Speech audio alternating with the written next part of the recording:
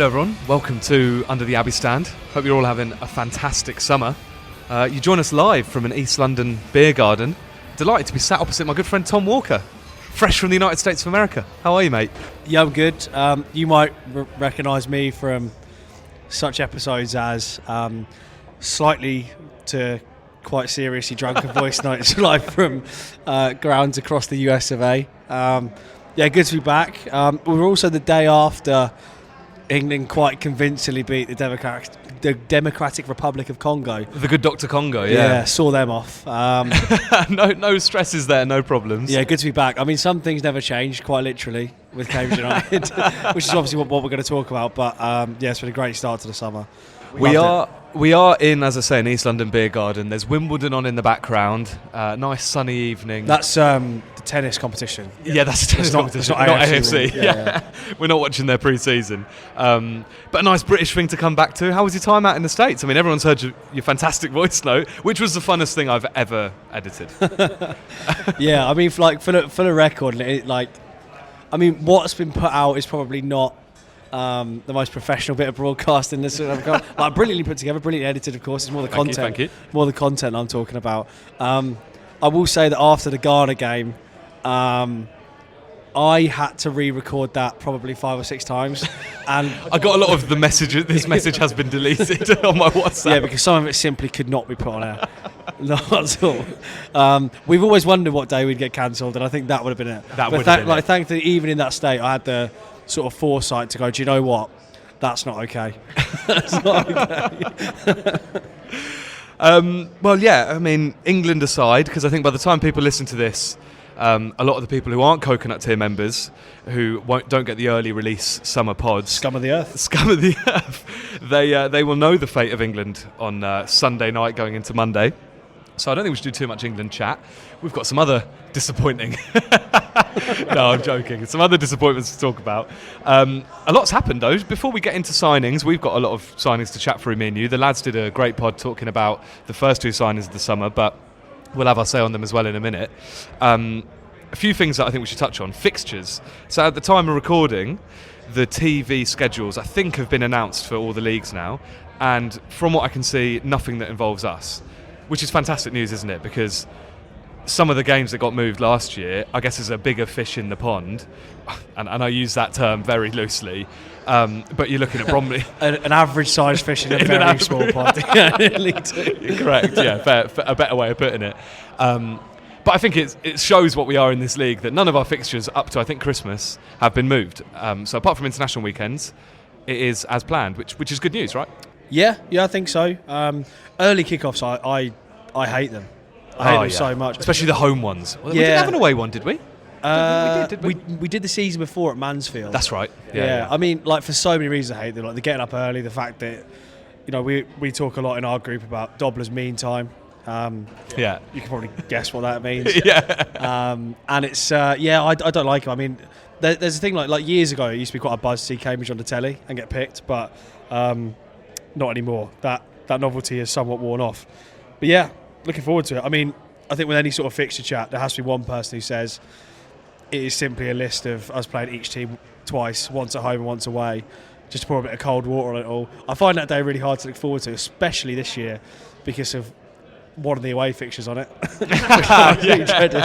But yeah, we see. Was there one that stood out though? I mean, Leicester away last game of the season. That is, to have Leicester in a league fixture is just to see it on paper. There was a bit of a thrill to that. Yeah, I think so. I mean, I would have liked to have got them early in the season. I think. I think with teams like, I guess on a more serious note, I think big teams that come down, you want to catch them cold. You want to catch them early doors because they've got a new manager in. They'll probably have basically an entirely new team. You want to catch them before they've sort of gelled, and it feels like that could very much be a game where a lot is riding on it at both ends of the table. Yeah, definitely. I think it's fair to make that prediction now. The other one was Luton away, which we've not done for a long time. I know. It does fall on international weekend, which is a little bit frustrating, but I guess we'll see how that goes. But I think as much as we had our sort of little mini rivalry with Luton in years gone by, that ground is unbelievable. And I'm so the last year at Kenilworth Road. Yeah, I'm so glad we're getting on a visit there. Yeah. I think probably other than the Abbey, of course, probably my favourite ground. Yeah. Amazing away. Yeah, did you know you have to walk through houses? yeah. I found that in researching for this, actually. Which is an amazing thing. Because you've never done research for a pod in your life. No. That's the first lie. What about the kits? I think since the lads last did the pod, an extra kit has come out. Probably, I'm going to call it divisive third kit, which I personally think is absolute class. I think it's amazing. I'm in love with it.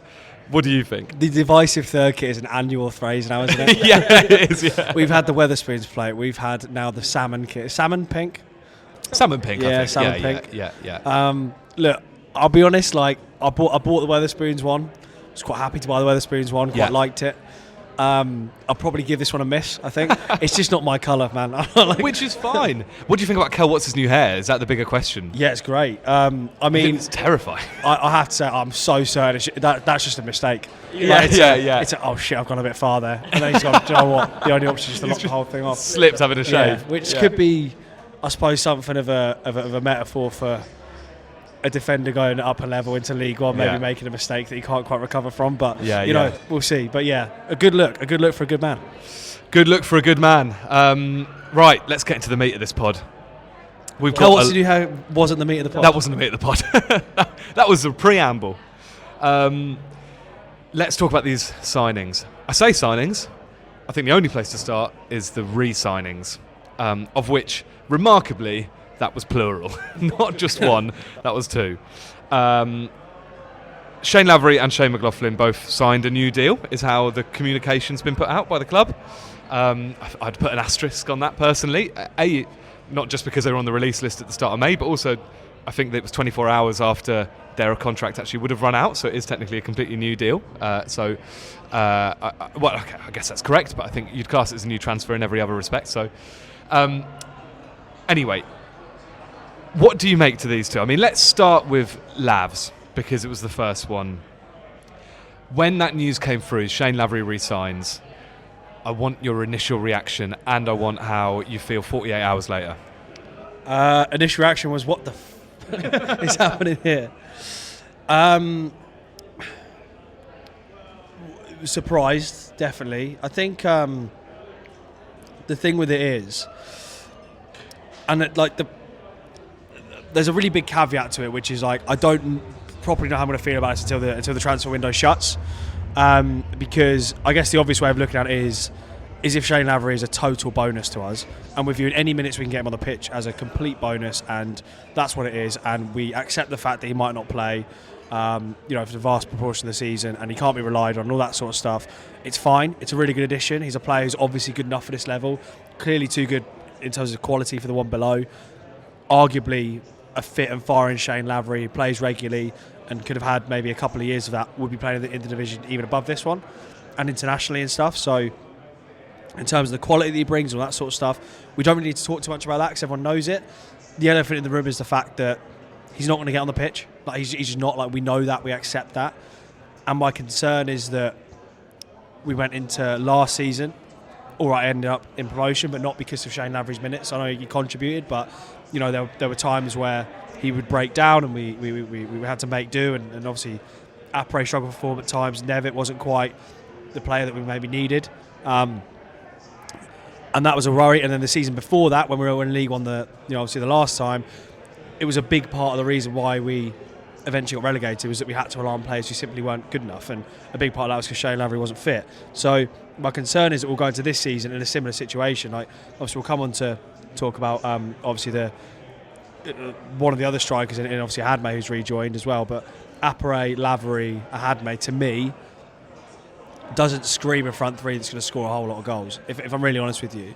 So I'm a bit concerned by that. I mean, I guess we'll talk more generally about the optics of re-signing players, maybe more generally in a moment after we come on to, as you said, inexplicably the other one. But I think overall it's basically the case that if it's a total bonus and that's the way that the club are viewing it, great, happy with that. I think he's one player that there was maybe a bit of debate about on the retain list. If he's going to be a serious part of the squad, I've got quite big concerns quite early on. What I think is spot on with that, and I completely agree with you. And actually, I think with reflection, I think at first I was, as you say, surprised, shocked. I can't recall off the top of my head us having ever done that, put a player on the release list and then re-sign them 6 weeks later. So the only thing that would come close to it, I guess, would be maybe, I think George Maris did something similar. Did he really? Well, I think that there was a lot of discussion around whether he would or wouldn't sign a new contract, and it resulted in that brilliant picture of him. Do you remember like holding the shirt, and you could tell he'd rather be anywhere else? Oh my God! Yeah, there's a gun just next to the camera. Yeah. But no, like I mean, look, we'll come on to it in a second, but it just doesn't happen, does it? No, it doesn't. I actually put this out to a League One group that I'm in, not the top 20 pod, who I'm sure everyone knows and listens to, and I put it out to a few other League One fans, and one of them had an example of their club doing it, which was Oldham. Mike Fondop, who actually went on to score 20 goals, so maybe it's a good omen, but it isn't a thing that happens regularly.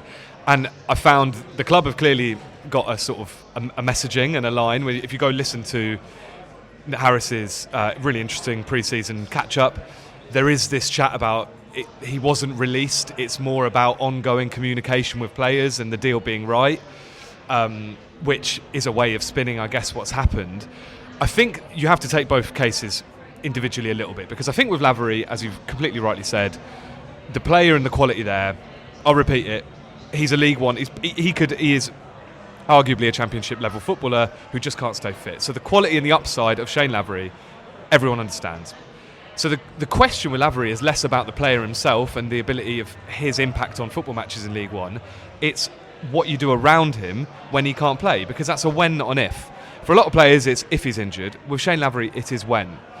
And so if he is your fifth option, like you say, a bonus, and you build a striking unit around him that doesn't require, that means that Shayne Lavery is your bonus for 50% of the season, he can come on and play 30 minutes. Yeah, I see the upside. He's a net positive.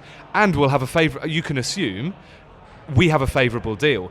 Without knowing any of the inside track at all here, I actually had the assumption that I wasn't sure what deal he could find in the EFL at all, because I wasn't sure what sort of club would want to outlay his wages for the return that they'd get in terms of minutes, and be able to sort of split their finances up to the point where they have a player who can only play for 20% of the season that he's available for. So I think it's more about the construction of the strike force around it, which I completely agree with you on. Harris indicated in that press conference that he did that we were done in the striking unit. He said it as a bit of a throwaway. He said, like, we're done up there. I'm choosing to believe he means in pre-season, because the window is still 2 months. There's still 2 months left of the window. But if we are done up there, I find it an alarming... I find the fact that they haven't learned lessons from previous years. I know different setups, but I find that alarming, because it's not the first time that we've gone into seasons with not enough injury-prone strikers, if that makes sense. Like, not enough strikers who are also injury-prone. Yeah, I mean, I kind of come at it from a slightly different angle. Well, not a different angle. Like, I think I basically interpret what he said about being done probably more negatively, probably more cynically, in that he means we're done. Yeah. Which is what he said, and to be honest with you, the reason for that is just because that's what's happened in pretty much every season that I can think of over the last few years. And I don't see any reason why it would change now. It feels like we've been understocked going forward pretty much every year, going back, 5-6 years maybe. Even including the now infamous, was it Aziz, Abire and Kaur trio, which obviously didn't serve us particularly well, surprisingly.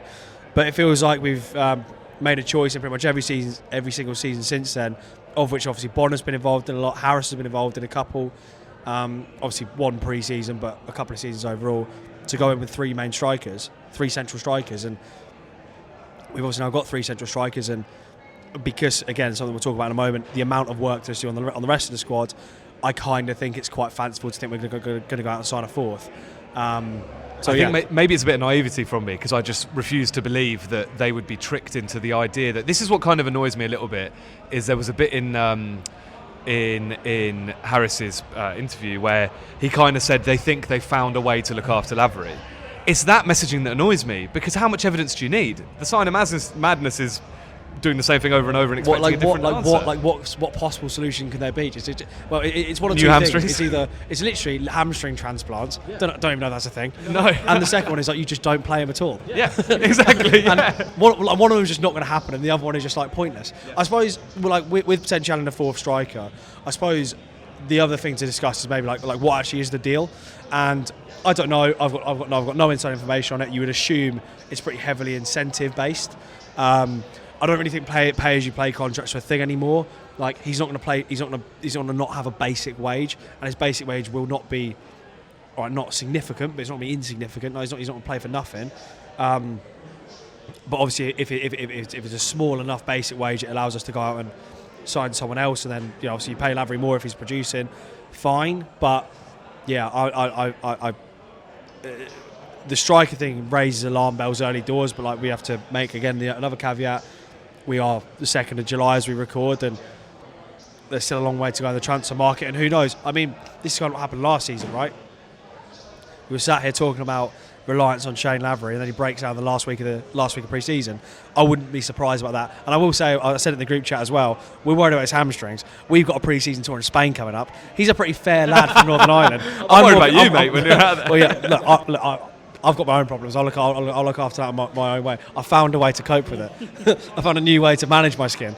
Shayne Lavery's fair Northern Irish skin, I think, might have some problems in the heat of Mercia. Yeah. So he might not make it back. Shayne Lavery out for 8 months with sunburn. That's all he needs. Yeah. So I think that's a pretty good summary of the situation. I think you're right to bring up his deal. I think you're also right to bring up the fact that at least sat here on the 2nd of July, looking back on last season, if you look at the unit of strikers we went into the season with, which was, unless I'm wrong, Louis Appere, still here this season, number 9, Shayne Lavery, still here this season, and Kylian Kwasi, who as a profile is a big target man, holds the ball up.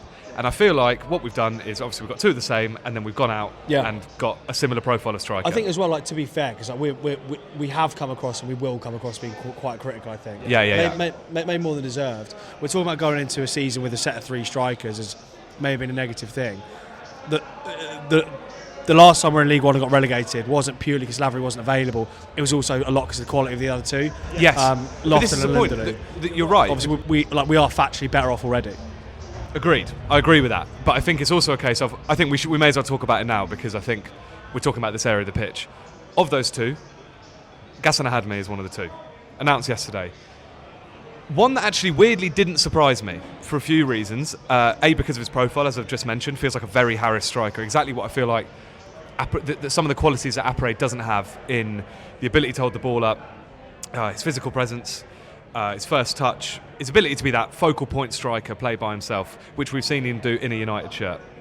We've seen him do it under Neil Harris. His record under Harris first time round was 4 goals in 3 games. You can tell how much Harris loves him as a player, even just from the first couple of days of media that he's done. Now, same conversation a little bit, isn't it, with Gassan? I think maybe I was being a bit positive because I like it so much as a profile that I was maybe being a bit blinkered to a lot of the injury issues that he has had, or at least the ability to get on the pitch. The most amount of football he's played in any season so far in his career is with us. He played 33 times, 22 league starts. Outside of that, I think he's roughly around the 15 to 18 games a season. That isn't all through injury. A lot of that's selection, which is its own story at Charlton and Ipswich, but a lot of it is injury. How does Gassan Ahadme as a signing? It's a season-long loan, we should say. How does that feel for you? In many ways, kind of similar to Lavery, I think. I mean, it's definitely right to point out, basically, he's not someone who's going to get on the pitch every game, I wouldn't have thought. Maybe it's quite a lot to expect to players to be making 40-plus appearances because thick and fast schedule, all that sort of stuff. So players naturally aren't going to play every week. Like being sort of ever present is in itself an achievement, I guess, and you can't expect that off everyone. I agree with you that I like the profile. I would maybe take the form he had under Harris before with a slight pinch of salt, just in that it's really, really short kind of it's 3 games. Sample size. Yeah, it's 3 games. Yeah, and to be fair, he did play well, and it was obviously the early days of the first version of Harris, where the one thing that we kept saying was, if there's one thing this guy knows what to do, is to get the best out of a centre forward, and it looked like he had until again he got injured and broke down. So look, we'll have to see with Gassan. I think you're right in terms of the profile. It's something that we lacked at times last season, was a real presence up front, and I lost count of the amount of times we spoke about it. Probably even post-Christmas, like even during our good run of form that basically resulted in us getting promoted, we spoke week after week after week about how we just didn't quite think that Appere on his own quite had enough about him to make the ball stick, to be a presence, to occupy defenders enough. And if nothing else, Ahadme is someone who, when he is on the pitch, will do that. quite intrigued by the Ahadme-Appere pairing, which I don't know how often we'll see, but intrigued to see Appere play alongside someone like that. Yeah, I mean, like he should be a good foil, for whoever he plays alongside. I hope he's learned how to take better penalties. Yeah. Because there was one really cool one at Charlton in the 96th minute, which was great, and I loved every second of it. I loved every ounce of it. But there were a couple of horror shows, including one against us actually, which actually went in. Burton, but it was horrible. Yeah. But look, I think you can file him under the same sort of. If you want to pigeonhole players, which maybe isn't the best idea, but if you want to do it, you can say that basically with Gassan Ahadme, it's the same as Lavery. Right profile, good player. Is he going to play enough? That's basically it. Yeah, I think that's it. And this is a worry, right? I don't think we have problems with the quality of these players that we're signing. I actually think if it's them three plus another, depending on who that other one is, I think I feel pretty good about it. I think they're all good, interesting options. The question is, like, imagine the scenario. It's so easy that Shayne Lavery breaks down at the start of September. Ahadme gets to end of October. You're down to one striker. And Louis Appere, who, he tries very hard. I don't really want to go in too much on him because we've spoken about him a lot of last season. But let's be honest, for a lot of last season, he wasn't massively good enough in League Two, let alone the step up to League One.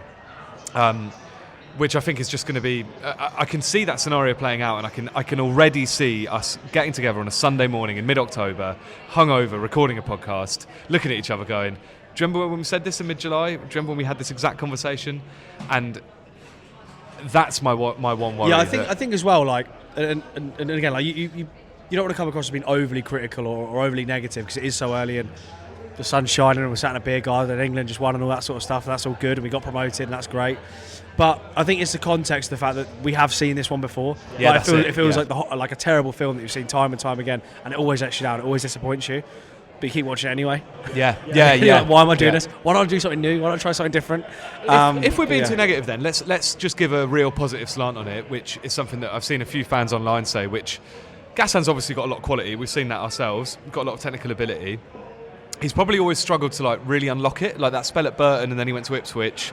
Didn't really work for him at Ipswich, and he came to us, and it worked for us. And then he went to Charlton for £1 million, I think, a 7-figure deal, wasn't it? Hasn't really worked for him there. Didn't work for him at Stevenage. I feel like if it's going to work for him anywhere, and I'm not the first person to say this, we are the place where it will work. So I've got really high hopes that the fit is really good. And again, just to put a positive spin on it overall, I would say that if you want to frame it in the way which is like, we've signed two strikers, one of them his last transfer fee, as you said, was 7 figures, and the other one's played international football recently for Northern Ireland. You'd probably go, I'm pretty happy with that. There's just a lot more context to it, but I guess we'll just have to see how it plays out. And like you just said, if they were two different players who hadn't played for us before, 100%. and they had their profile, we'd probably think very differently about them. All right, the centre mid, Shayne McLoughlin, the other Shayne. We're on a positive spree. Let's start with the positives. I think I'm on record. I think both of us are in the retained list pod that we did, which we've been made to look like a mockery because I thought that meant something. The retained list means nothing anymore. We'll think twice before we do that content in the future. Yeah. I remember saying that the two that ultimately made sense, but I thought could have offered something, or the three probably were James Brophy, Shayne Lavery, and Shayne McLoughlin. Shayne McLoughlin is a player. I think I'm on record also saying that my personal favourite central midfield pairing is probably McLoughlin and Ball from last season. Let's not do that discussion now, Tom. But as a player, I think the guy's got quality. Harris described him as the glue of the side, someone who's really good at linking up defence and attack. So let's start there. I mean, he is a player who I think has the adequate quality to play mid-table, bottom-end League One. I think that's fair to say, right? Yeah, definitely, and I'm definitely with you on the idea that I think probably more than Lavery, because of everything we've just spoken about with Lavery, injuries and whatnot. I think McLoughlin was probably the one that I think I'd have kept. Yeah, fair. I wasn't devastated to see him leave or anything like that, and I kind of thought like if he moves, he'll probably get pitched up with a pretty decent move somewhere else, maybe not in League One, but maybe a top end League Two club, and that's fine. And I think with McLoughlin, probably more than Lavery. I think the thing that I guess you have to come back to is like it's probably quite hard in League One to sign a fourth choice or fifth choice centre mid. Good point. Like we went into League Two and we signed Newport's captain as our fourth choice centre mid. Yeah. We're not going to do that in League One. And I think like even like that's kind of quite a backhanded way of saying that I think he's quite a good option. But I think even with that, I think in his own right, is a player who came up big for us at points last season. The goal at Chesterfield was really good. Stepped in on occasions. I played at Fulham, played really well there, and I think does offer you something. And yeah, I mean, I think with this one, more so than the actual qualities of the player, and this is where it just comes. I guess a bit trivial. It's almost more about the optics of it. Definitely. More so than what he brings. Because Shayne McLoughlin in the side, whether he's starting, whether he's a sub, whether he's bit part, squad player, rotation, whatever, I'm generally pretty happy with. It's more how did we get here that's kind of concerning me, and that I think of these two, not.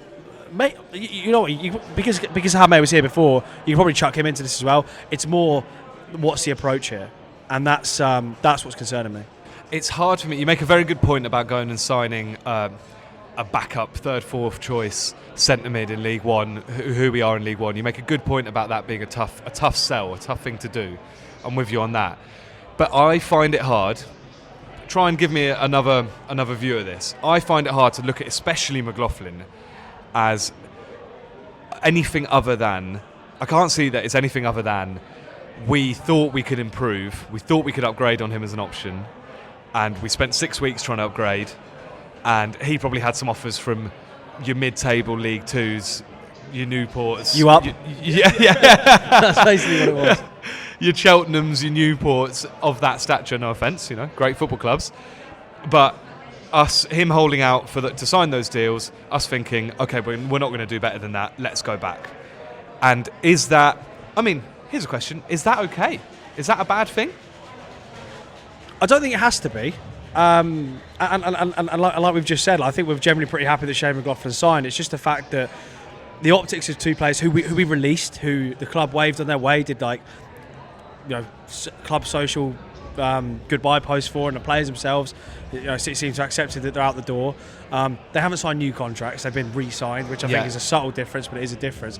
And also, the cynic in me, and I texted this just before it got announced, because I think we no, you were spot on about this. I'm glad you're bringing it up. What I said to you was, I bet we'll slide the McLoughlin announcement in just before or during the England game against Congo. 4:35. Yeah, I think it was about 20 minutes before kickoff. Yeah. And that to me says it all. It says that we're not totally sure that this would go down well, and we're trying to put a real spin on it.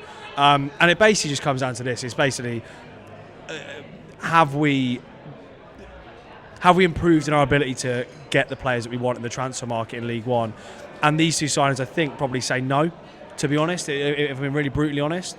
There's a couple of examples that have come in the door already, who again we'll chat about, and the boys chatted about earlier on, who are really good examples of a really clear strategy, a clear approach, and actually being able to go out and secure players who are highly sought after. So clearly we've done it, but yeah, I just think for me the optics of going out and being like, oh shit, actually, are you guys still available?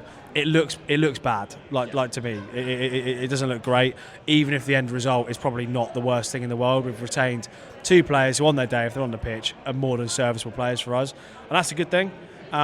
It's more how do we get here, and I guess added to that is what sort of confidence does it give you for what comes next. That's exactly the point. That's the important thing. That's exactly the important point here, and exactly why someone might look at this and not be worried. I don't think it's the 2nd of July as we sit here. It's not something to be like teeming with worry about. But when you look at the squad and where we're at the moment, and you look at some of the holes we've still got to fill, which are a lot, one of which being another centre mid. Harris is very open that we're going to go out and get another centre mid. He wants someone of a different profile to. He groups Ball in one camp and then Ruddock and McLoughlin, I think it was. I think he grouped them in those two different moulds, and he wants someone who's somewhere in between. So the profile of who that centre mid is might tell us quite a lot about how these, because you've got to remember there's obviously a limited budget here, so they've got to apportion the finances in the right way, and there's a lot of things going on behind the scenes. Another aspect of which, how much do you think is down to the player? Do you think there's a world in which we've said to McLoughlin, like, yeah, look, we'd love to have you on, but he's thought, I'm going to go out and see if there's anything better, and it's actually been a bit more him coming to us before pre-season going, okay, yeah, I will take that deal. It's a bit more him coming back down to our level rather than us coming back down to his level, if that makes sense. It's almost certainly one of the two. I don't buy the thing about ongoing communication. I don't buy that either. It's almost certainly like one party's made a decision to move on. I think it's more likely to be us. I guess it could be McLoughlin, but it feels like if you're McLoughlin and you've played at Newport before, sort of bottom feeding League Two team. You then become a part of a promotion winning side at Cambridge. All right, you've not played much of a part of the running because of injuries. Again, injuries that comes up. Yes, but that's a good point. Yeah. If you're then offered a contract by a League One side, you're probably signing it. So I'm not seeing that. To me, it's as simple as we've gone off trying to find better options. We haven't been able to, and McLoughlin's still available, and that doesn't make McLoughlin a bad player. It's just, like I said a couple of times, it's just the way it looks to me. I suppose the Hoddle thing is part of it as well. I know it's mentioned as well that Hoddle's had, and has had his injury problems throughout his career, really, even though it's still early days in his career. Maybe that has an impact as well, and maybe it's just a case of, do you know what? Maybe there's been some news about a Hoddle injury, and we've been able to plug a gap really quickly. And in that case, actually, this is a really smart bit of business. We try not to sit here and write everything off as being negative and try not to be too cynical about things. But my reading of it is basically that, but it doesn't mean it's a bad thing, I suppose. It's kind of a long way round of getting to it, I suppose. Yeah. And I think as much you can't draw any conclusions on the 2nd of July about your transfer business. I think fundamentally we have got a group of 5 players who have not just massive potential, but already make our squad quite a bit stronger.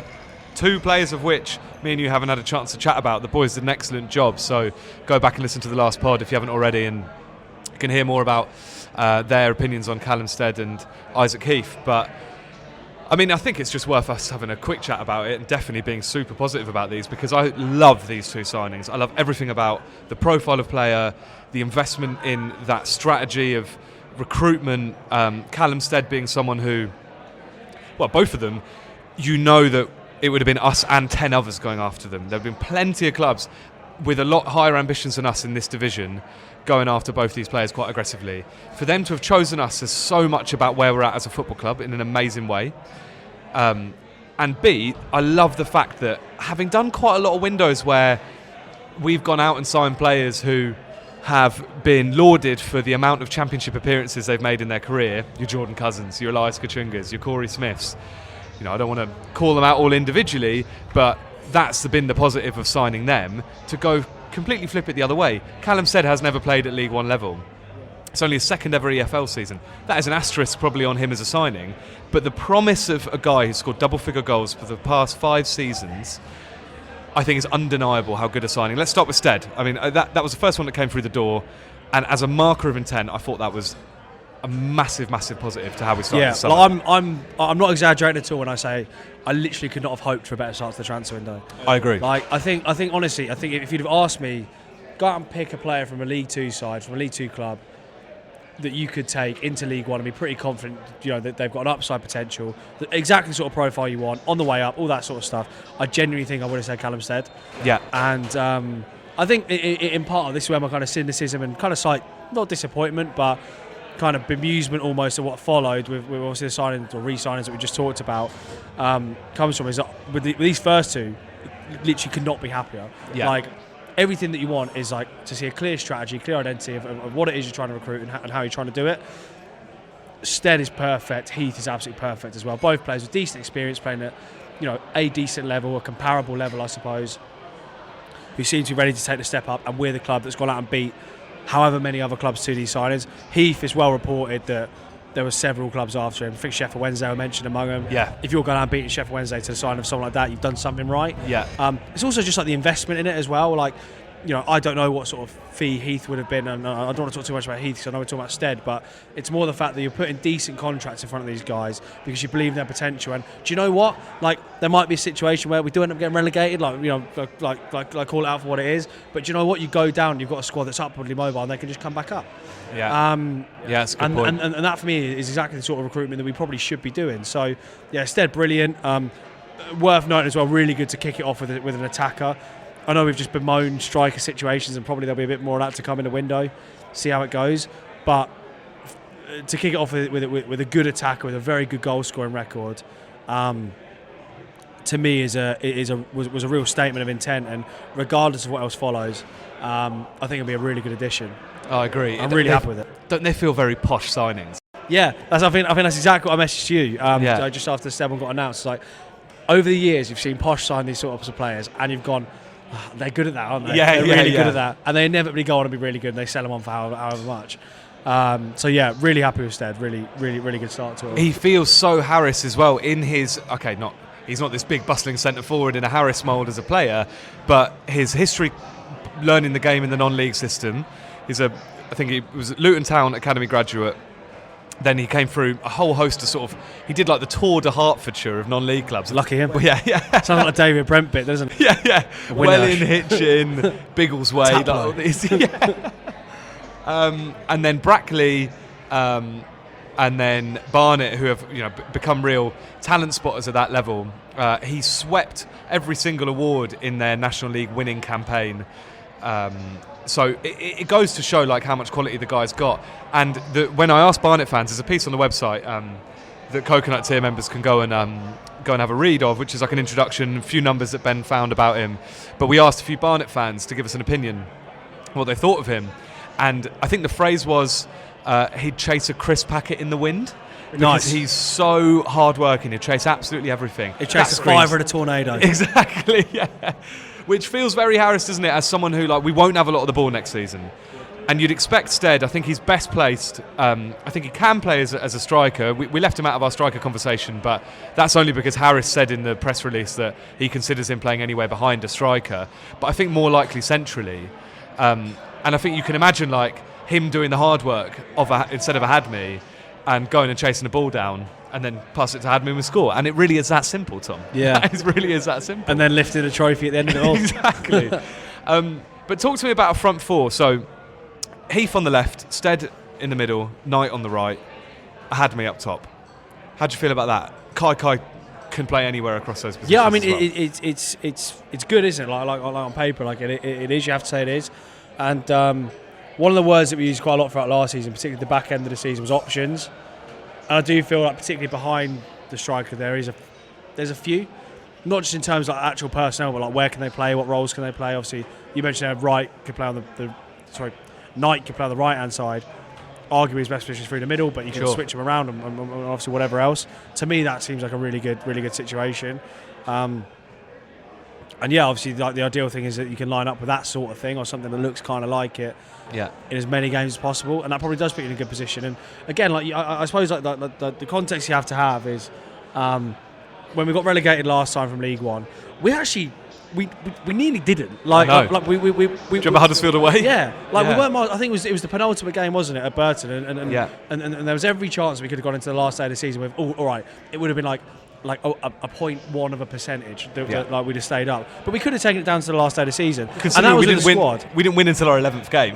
We didn't win until our 11th game, which obviously, touch wood, that's not going to happen again. Yeah. And it was with a squad which is considerably worse than probably what we've already got here. So we don't have to be miles better, and I think we are already in a better spot. It just depends what comes next, and obviously there is still a long way to go. But I think particularly going forward, I like the fact that I don't know if there's more waiting in the wings to be announced, and I don't know how far down the line they are with other players, but I kind of like the fact that regardless of what you think about the personnel and who it is and why they're signed and how we got here, there seems to be a real emphasis on, right, let's sort that out. Yeah. Let's sort that out now. Let's get our house in order there, and then we'll address the rest of it, because we're obviously superb defensively last season. And you could bring in a load of jobbers from pub leagues. I'm pretty sure Harris would get a tune out of him defensively. It's just we've got the right person, we've got the right options going forward, and you mentioned that front four there, but the reality is if everyone's fit and available, you could probably name 100 combinations of it, and you'd probably think that's actually okay. Yeah, definitely. Should we talk about Heath briefly? I know you mentioned him a second ago. I just want to sort of anecdotally say that before Accrington at home, just before Christmas, in the match preview that Ben does for every game, the little data-led previews, he called out Heath, and I think his quote was, "I haven't seen this guy is presenting numbers that are way better than a bottom half League 2 club. This is the guy to watch." And I remember keeping my eye on him that night. As much as after 12 pubs of Christmas you can keep your eye on someone. But I remember thinking he's everywhere. Looks like that's 10 of him. But I remember thinking this guy's got something about him. For a side that weren't particularly good, they were probably better than expected at Accrington, he seemed to be a real standout attacking force. And you mentioned there that it sounds like we've beaten Sheffield Wednesday to a signature. In my mind, Isaac Heath, so first of all, as the quality, I think that speaks for itself, that really excited about that. Positionally, let's move this on to maybe squad building a little bit, which is maybe the last bit of this pod. when he signed, I think something I said to you was, what I love about this is it screams like we're recruiting for 5 at the back specifically, because Heath, by all accounts, is kind of a ready-made left wing back. I think he was a winger in his youth that has kind of been pulled back to play left wing back. So in my mind, it was Heath as left wing back, Bennett right wing back, and we'll continue our 5-2-3 or whatever you want to call it. A lot of the chat I'm hearing is he's probably going to be a bit more of a winger, as I just said there. We know Harris likes a 4. We know he prefers a 4. So let's assume that he's probably a winger with the option of wing back if there are injuries or if the game state sort of demands it. But Harris wants to do his preferred 4 at the back. You look at our options defensively now on the 2nd of July, and you're looking at Liam Bennett, Mamadou Diop, Kel Watts, 3 of our best players from last year, and Zach Bradshaw, who didn't really feature post-October, really. There's a lot of work to be done there, isn't there? Yeah. I know Harris talked about centre mid, but I think, defensively, that's the bit that needs sorting out. And even like the caveat to the players you just mentioned, there's a question mark, I would say, around Mamadou Diop. Yeah, good point. Obviously he's going into the last year of his contract, and if he's not going to sign a new one, the reality is we're probably going to have to sell. And that's just being smart as a football club, isn't it? Like, you take the cash that you can for players when you can, if it's there, and obviously if it's right. But I guess we'll see about that. But yeah, a lot of gaps here to fill. Obviously a big Gibbo-shaped hole. It'd be great if we could re-sign him as well. It'd be great if they had ongoing communications with James Gibbons as well. But oh well, we move on. But yeah, I think defensively that's where it's like, all right, go in and get a centre mid. Go get a good quality centre mid who offers you something different. There's a different profile and stuff, but then let's actually get some people in. Because as much as I'm confident in between Harris and Barrett, they'll be able to, shape a back 4 or a back 5 or whatever it is, and make it look pretty presentable and make it look pretty difficult to break down, difficult to beat. You do need those players there. You can't just magic them out of thin air. So, if we get cracking on that, I think the bullishness will start rising to some extent. Happiness at the moment? Not right. I mean, me and you having a couple of beers on a Thursday night in the sun could be a lot worse. Yeah. But from a Cambridge perspective, where are you at? On a scale of 1 to 10, talk to me. I think, honestly, I think, I don't want to sound like super critical. I don't want to sound like overly cynical on things. But I think I was probably slightly happier maybe just before the last 3 signings. And I know how bad that sounds, but I think the approach to me looked absolutely perfect and really clear. And I thought the first 2 that came in, Heath instead, obviously followed in pretty quick succession. And I thought, this is it. This is what we should be doing. Question marks a little bit more over the next 3, but even so, I think we're in the right spot. I'll probably rank it about a 6 out of 10. And then once you've got a few more bodies in the door like that, that will start to raise a little bit. And yeah, I think we'll have a better idea once pre-season gets underway about how we expect this all to shape up and look, and then that's when you can really start making maybe judging about what expectations are and where we might finish and stuff. But for now, I'd say I'm pretty content. Really happy with the first 2. Slight questions on the next 3, but we're in a better spot than we were this time. Last time we were in League One, so I don't want to use that too much as the benchmark, because obviously that was nowhere near good enough, not even close to being good enough.